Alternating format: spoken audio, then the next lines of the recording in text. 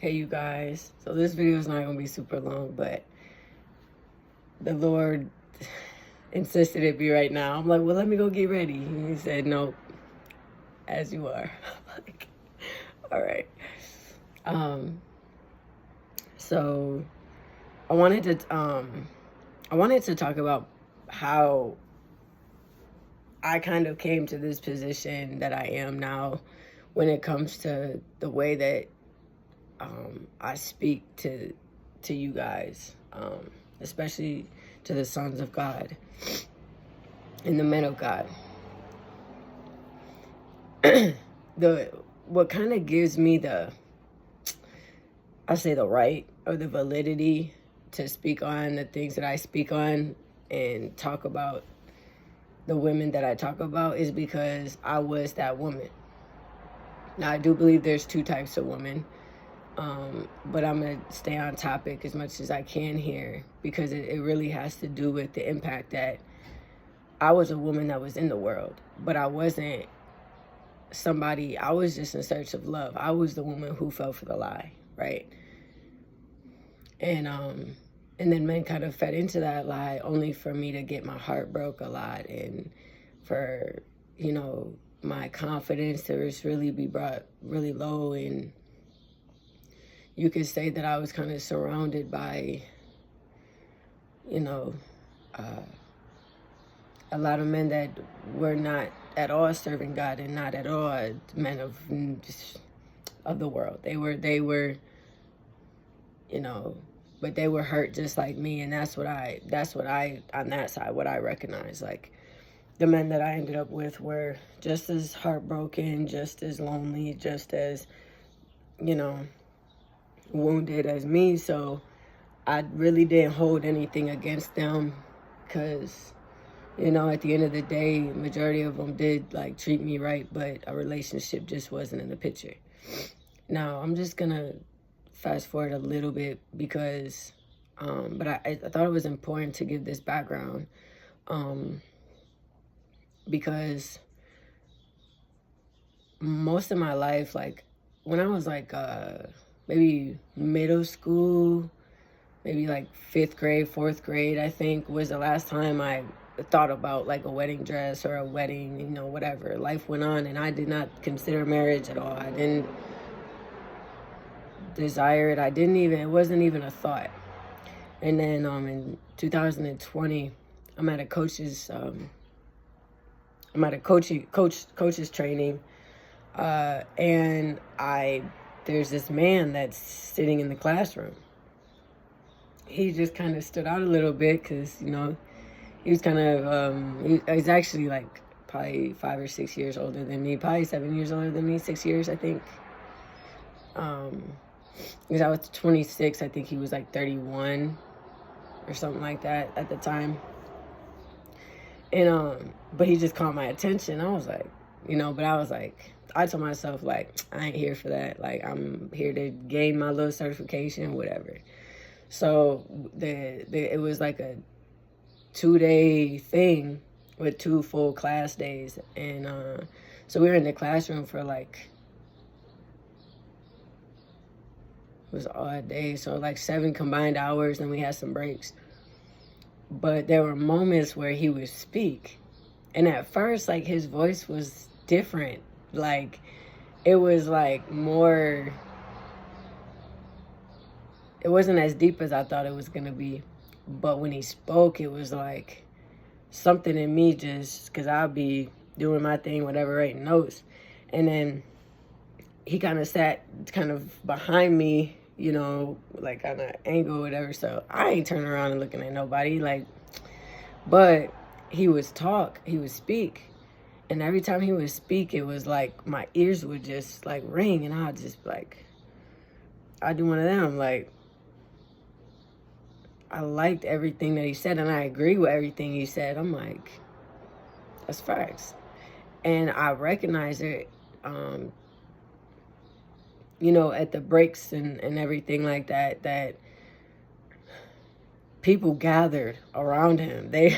They wanted to know his strategy. They wanted to know him. They wanted to know all that. And honestly, it was kind of the same for me, except I didn't really want to make connections like that at that time, but I was equally surrounded by other coaches that wanted to stay connected and this and that. But you know, he stood out or whatever.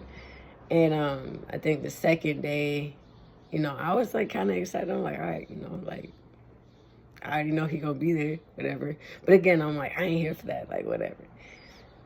And then it was like everyone was exchanging numbers and stuff like that. And I think I went up to him because he used this app on his iPad where he would record the athlete's form, and then he could draw corrections on it and basically voice over and send it to his athletes. So I was like, I want to know like what the app is. So I ended up asking him about that or whatever. And I saw everybody was asking for his phone number and everyone was asking for all that. And I was like, I think at that time I was like, no, I'm not about to do that.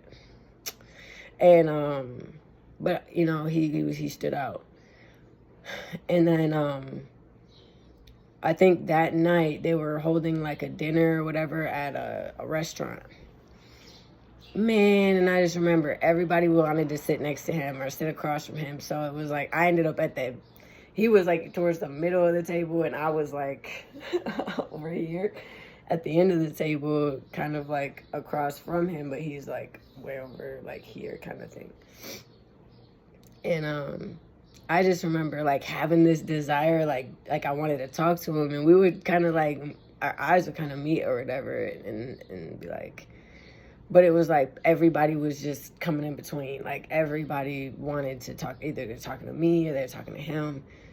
But you know, and I was like, man, I just wanted an opportunity just to be able to chat with him one-on-one. That wasn't gonna happen until the end of the weekend. And you know, I drove there because I drove like 2.5 hours, but you know, he came from a much further distance, so he was waiting to get like his Uber to pick him up or whatever. And so the guy that was like basically like just on him like the whole day, the whole weekend, finally left talking to him. He would just, I let him like stand there for maybe like 5 minutes or whatever, just to make sure make sure everyone was gone. So I got back out the car and I went up to him or whatever. And I don't remember exactly, but I just, you know, I think I just talked to him about like how I liked, you know, he seemed cool and all this stuff, whatever. So I ended up connecting, and then, you know, 2020 happened and COVID and everything, because that was in February, and then everything started to shut down after that. I think it was the end of February, you know, early March. So we got connected, and then we just like, you know, everything was shutting down, so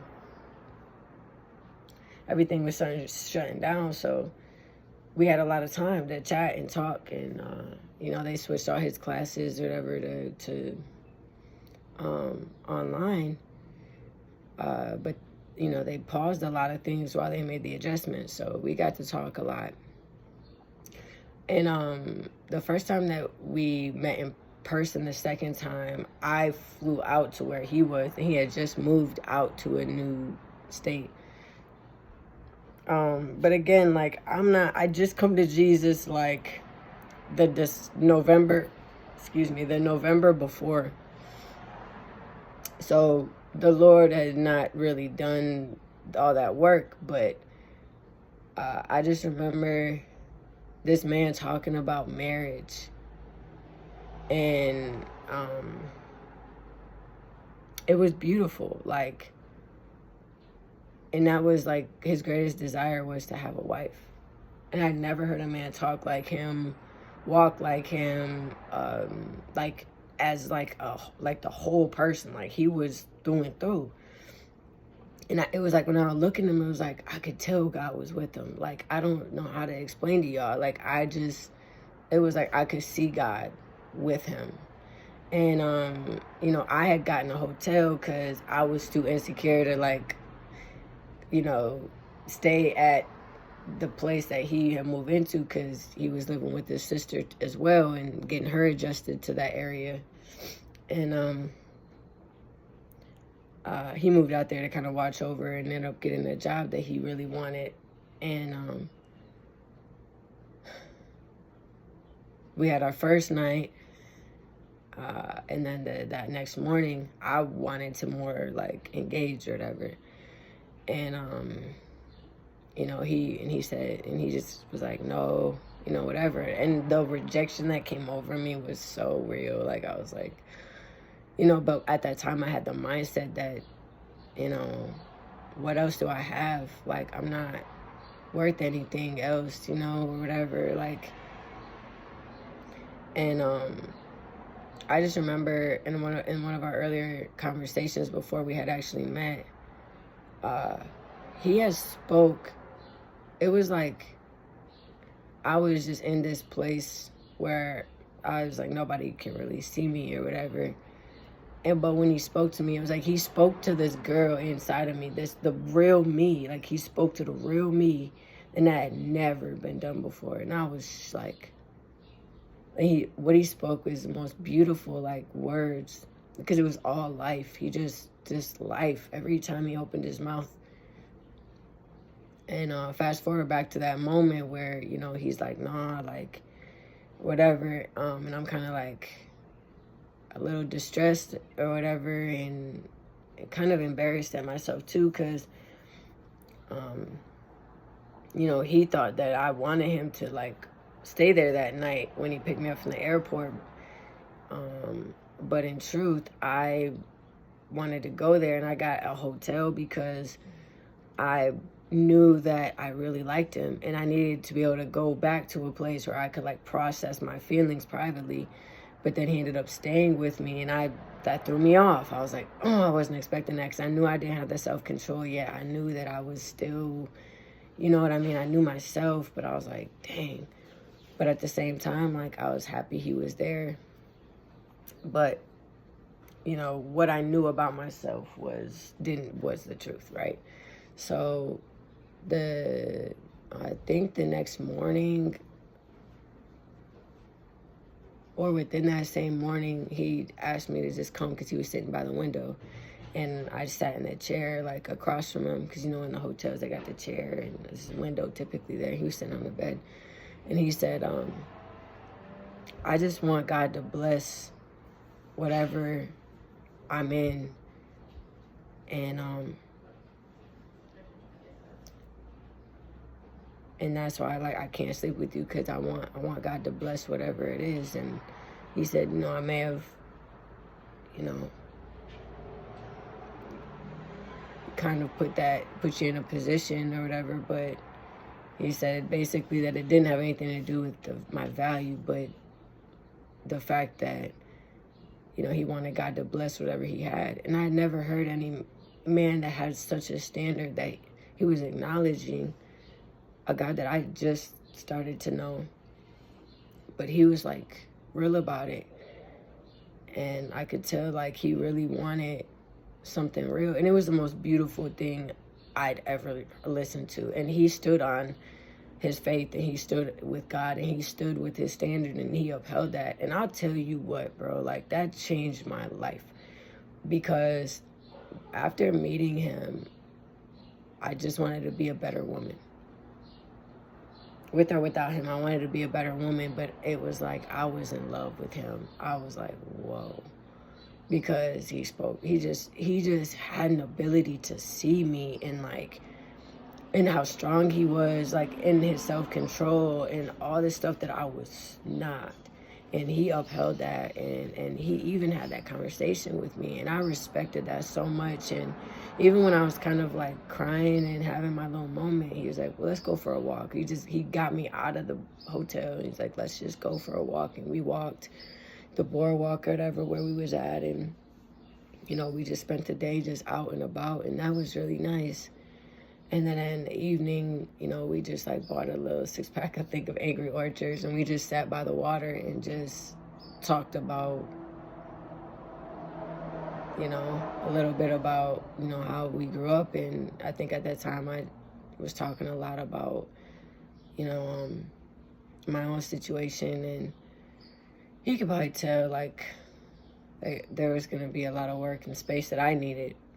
But he was also, you know, in this huge pursuit of mastering himself and reaching that and becoming, and he wasn't going to let anything or anybody stop that. And I respected that. And I went through a variety of emotions, and most of it was my denial that I really desired him. And you know, I went from him to somebody that was like furthest away, but at the end of it, I was left thinking about him and how that impacted my life, because I wanted to be a better woman, and he was that motivation, because it was like I never met a man so elevated, and I wanted to be more elevated. And when it came to my walk with Christ, it was like every time I looked to him, he would point me back to God. And he told me it's not a, I said, well, like, what am I supposed to do? Like, what makes a Christian a Christian? He's like, it's not about what you do, it's about the relationship. And I was just like, in my mind, I'm like, oh, I suck at relationships. Like, but you know what I mean? God still was faithful, and I knew he was doing this for a reason. And he put him early in my walk. So, and I, you know, men were where I went for validation, even though I never got it, satisfaction, even though I was never really satisfied, and never really physical, you know, part would never really, it would just leave me more empty and more sad and more broken. And then I really started to walk with Christ and learn about who he was and as a man. And you know, I also grew up really close to my dad, and I love my dad. He's like my best friend. I have a twin brother, you know, so I grew up and my brother was my best friend too. So I just say this because, man of God, like, you have the ability to impact women by the standard that you hold and the kindness you use when you stand on that. Like, the way that man just told me the truth, I wasn't mad. I was like, okay, I don't understand that, but I wanted that. And I wanted the God that I saw with him. Like, I could look at him and I knew God was with him, and I wanted that. I was like, I want God to be with me like this. Like, I want this. And he'd never made it about himself. And he was faithful, and he was consistent, and he was reaching. He just kept going with his education. He was just, I never met a man that was in pursuit of something the way he was, to know himself, to master himself, and to uphold the standard of God. And it changed my life, y'all. And the whole thing is if that man had never come into my life, I don't think I would have ever walked with Christ as long as I did, because that was like God's telling me, like, I have something like this for you if you endure and if you walk with me. Like, but you're not gonna get this right away, because, you know, we gotta, but he put the goal in front of me, and I was like, because I was in awe about this man, because I had never, all my years, not one man ever compared to this one here. So I can tell you right now, man of God, like, you are changing the minds of women by your standard. Yes, some may show anger, some may show resentment and bitterness, but I promise you that the work that is done because you have upheld that and refused to settle is changing women all over the world, and all over the cities, and all through the nations. I promise you, because this one man has caused me to become far. God has used this man to help me to see my own value and to raise my standard, because I knew if I ever wanted this particular man, I would have to change a lot of things, and I would have to be accountable. And then slowly it just, you know, Christ became more than him, better than him. And he went from being a God in my mind to being a man. And not just being a man, but being a man like me, like weak like me, and in need like me. And so I no longer put him on a pedestal and expected him to be a rock and be, you know, and take all my ish. No, you know, because he didn't deserve that. And I was grateful he guarded his peace, protected his peace. He never really left me on red. He always responded to me, but he did kind of just go a little quiet. But he always spoke encouraging words. He always spoke life, and that, you know, that was solid for me. So, man of God, like, you hold the standard, dude. Like, because one man who can change, help, that God can use, I'm sure that this man changed many more women outside of just me, but I know that the impact that I've been able to have in the world, and even now to be able to come and speak to y'all and tell you that this one man changed everything for me, and he didn't give me anything except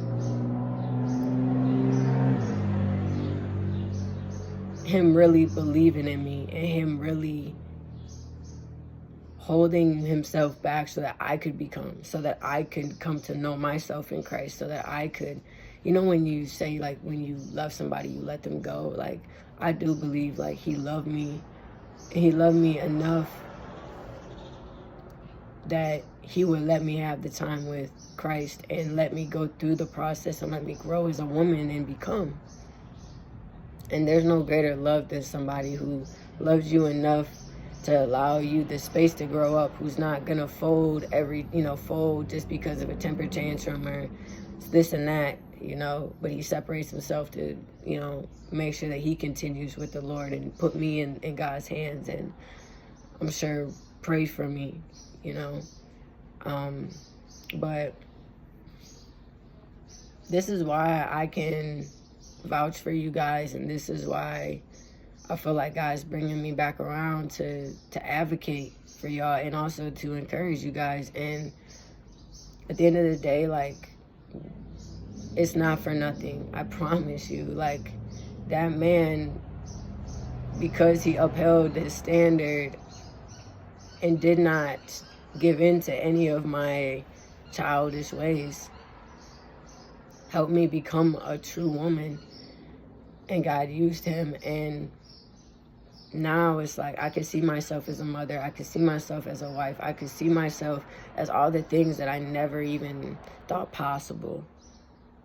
And at the end of the day, it was because he left me in the hands of God. He gave me to him, like, because he knew that my eyes were on him, and he shifted my eyes to Christ. It was like if I was standing right here and I was looking at him, he would turn me and point, like, him, and he would just kept doing that.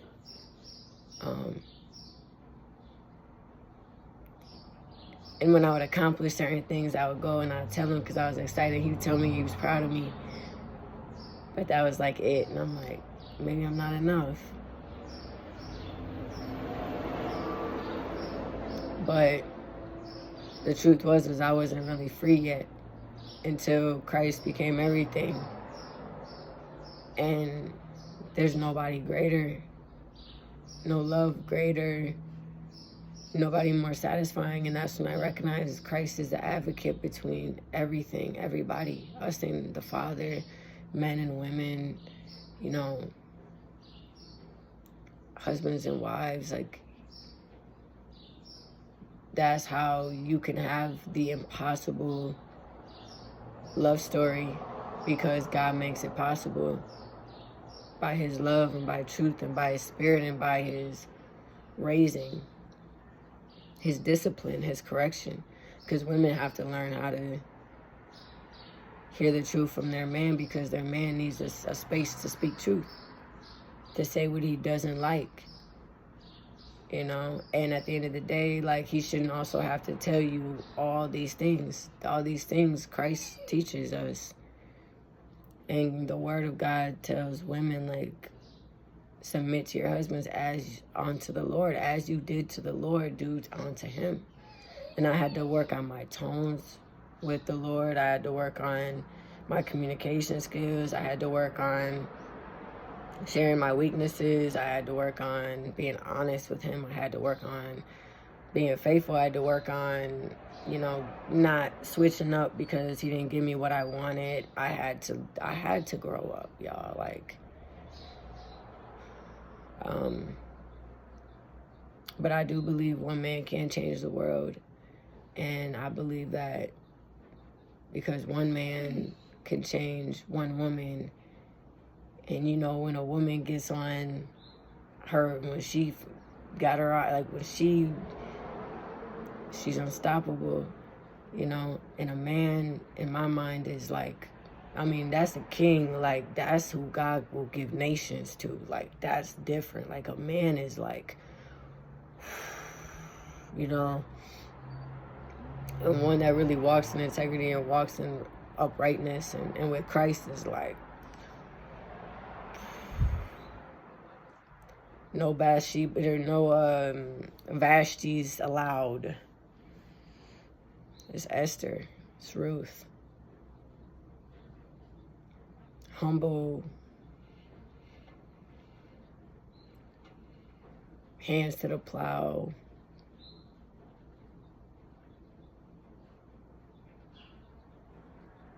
Faithful women. It's not about us. We're not the center of the world. Christ is the center. The Father, his Son, that is the one who shines like the dawn. He's the one we look to. He's the one that has changed my life and used his own Son to do that. And nothing really more came from that except that I was a woman who was changed by a man of God that was like, you know, I was like, it was like a unicorn. Like, you just don't see them every day. You're not something that people see every day. People look at you, people stare at you. It's not because they, you know, it's not always negative. Sometimes it's because you just, people can see God on you, like actually, like how I did. And I was new to the faith, but I'm like, looking at him, I didn't understand how I could see God and him at the same time, but I could. So, but God used this man's virtue, and I automatically, after meeting him, had a desire to better myself. I wanted to become the best I could be. And I wanted to give up a lot. Until Christ, it was really Christ that became my motivation, because man couldn't help me where I needed at that time. It was too deep. And no man should have to endure those things. That's why it's important for women to heal individually with Christ, because otherwise this man gonna suffer for 15 years while you figure it out. Figure it out now. So a man can have peace when he lays his eyes on you, and every day is truly good. This is all the days of his life. She's good. She brings him good all the days of her life.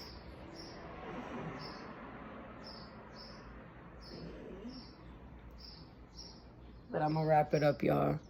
I love you guys, and I don't know, I hope this encourages y'all or helps you understand that your guys are monuments. Like, you guys are truly valuable in the earth, and women and daughters and sisters are changed every day by your virtue and by the upholding of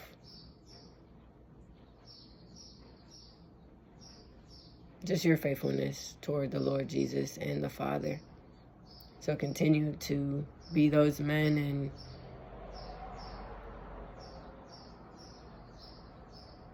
I don't think it'll be too much longer before God brings your wives.